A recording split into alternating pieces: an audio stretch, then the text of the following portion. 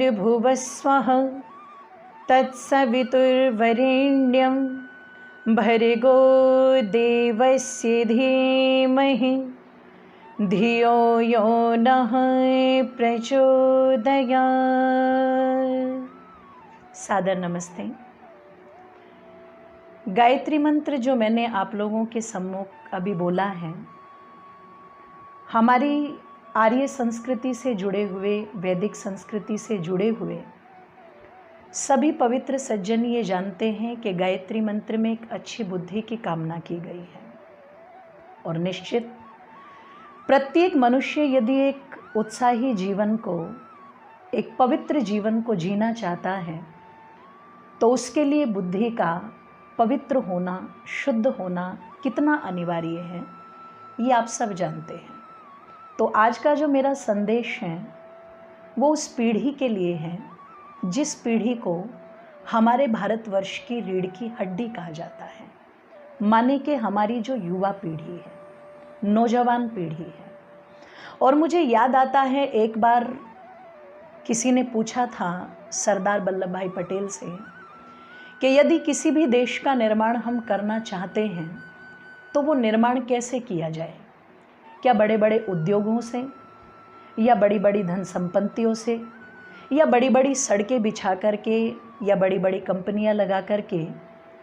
मैं समझती हूँ शायद उस समय सरदार पटेल जी ने बहुत सोच करके ये कहा था पत्रकारों से कि किसी भी देश का निर्माण बड़े उद्योग लगाने से या सड़कें बिछाने से नहीं होता।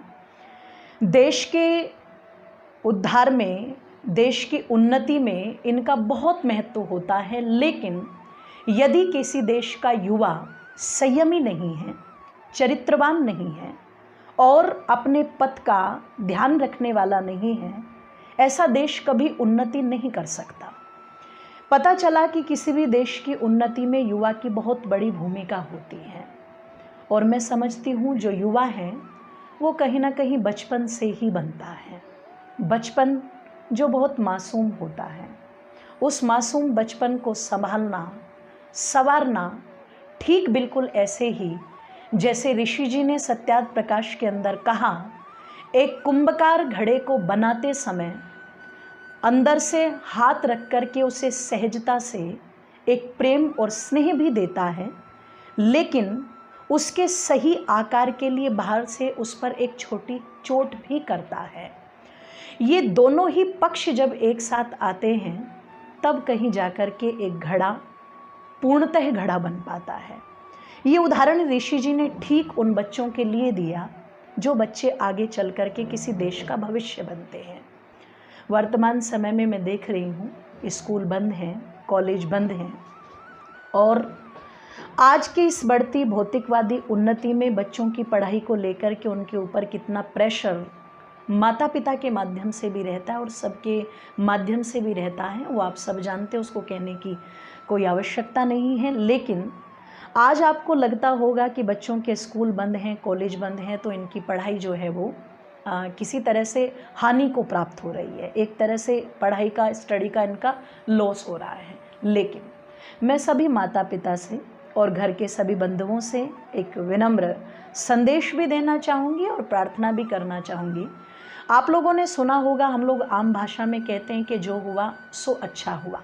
मैं ये तो नहीं कहूँगी कि जो हुआ सो अच्छा हुआ या जो हो रहा है सो अच्छा हो रहा है, लेकिन इस नकारात्मकता में भी एक सकारात्मकता को हम लोगों को देखना चाहिए। एक समय था जब कोई भी बच्चा गुरुकुल में अपने आचार्यों के संरक्षण में रहता था।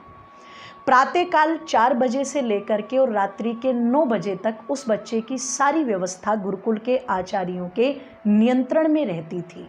अर्थात उसका सोना भी संयमित होता था, उसका उठना भी संयमित होता था, उसके खान पान भी संयम में था और उसकी जो पढ़ाई थी वह भी संयम में थी, जिसको आहार, निद्रा, ब्रह्मचर्य, ये 3 स्तंभ किसी ब्रह्मचारी के बताए जाते थे। आज माता पिता के पास वो सुअवसर है। आपके बच्चे बहाना नहीं बना सकते कि हम लोगों को बाहर खाने के लिए जाना है, क्योंकि बाहर मार्केट की क्या स्थिति है ये आप सब जानते हैं। तो शायद घर में माँ को एक मौका मिल गया अपने बच्चों को कुछ अच्छा खिला करके उसे उत्तम स्वास्थ्य प्रदान करने का। तो माताएं इतने प्रेम से भोजन बनाएं, इतने प्यार से भोजन बनाएं और बच्चे को इतने प्रेम से खिलाएं, क्योंकि भोजन का सीधा सीधा संबंध जो है वो मन से जुड़ता है। बाहर की चीज़ें खा कर के बच्चा बाहर की तरफ ही भागता था, लेकिन पुराने समय की अगर बात करें तो माताएं अपने हाथ से बच्चे को बना करके खिलाती थी, शायद वो स्वाद पूरे जीवन भर उससे अलग नहीं होता था। तो वैसा ही मौका आपको फिर मिला है। संयमित भोजन अपने बच्चों को आप कराएंगे तो निश्चित उनका स्वास्थ्य भी उत्तम रहेगा। दूसरी बात, जो बच्चे ऑनलाइन पढ़ाई कर रहे हैं, बच्चों के पास भी एक बहाना होता है कि ऑनलाइन हमारा मन नहीं लगता, या कुछ बच्चे पढ़ना नहीं चाहते, या टीचर फिर एक फॉर्मेलिटी पूरी कर रहे हैं, वो अच्छे से पढ़ा नहीं रहे हैं।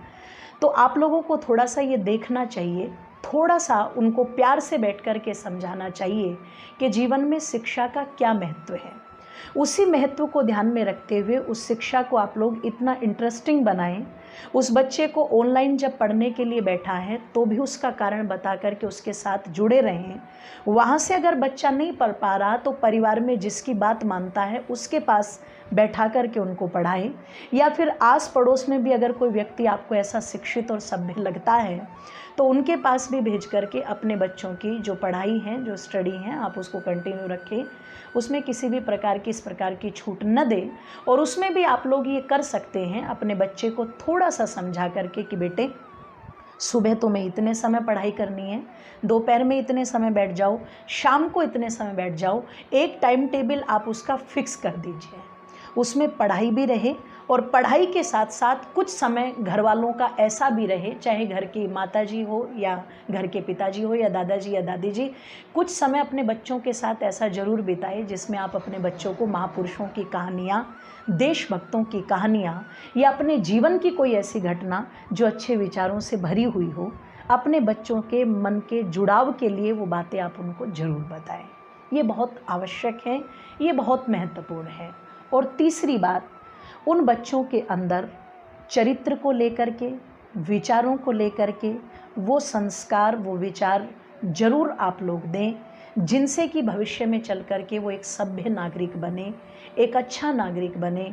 आपकी ये पीढ़ी आपके ही संस्कारों पर टिकी हुई है, आप इसके निर्माता हो, आप इनको बना भी सकते हैं, आप इनको बिगाड़ भी सकते हैं। इसलिए आर्य समाज घरौंडा आप सभी लोगों को ये सुझाव देता है, जितना अधिक हो सके घर के कार्यों के साथ साथ जो संतानों के साथ आप लोगों को समय बिताने का अवसर मिला है, इसमें अधिक से अधिक ये विचार करें कि हम अपनी उस पीढ़ी पर अवश्य ध्यान दें। इन्हीं शब्दों के साथ वाणी को विराम। सबका धन्यवाद। इति ओम शांति।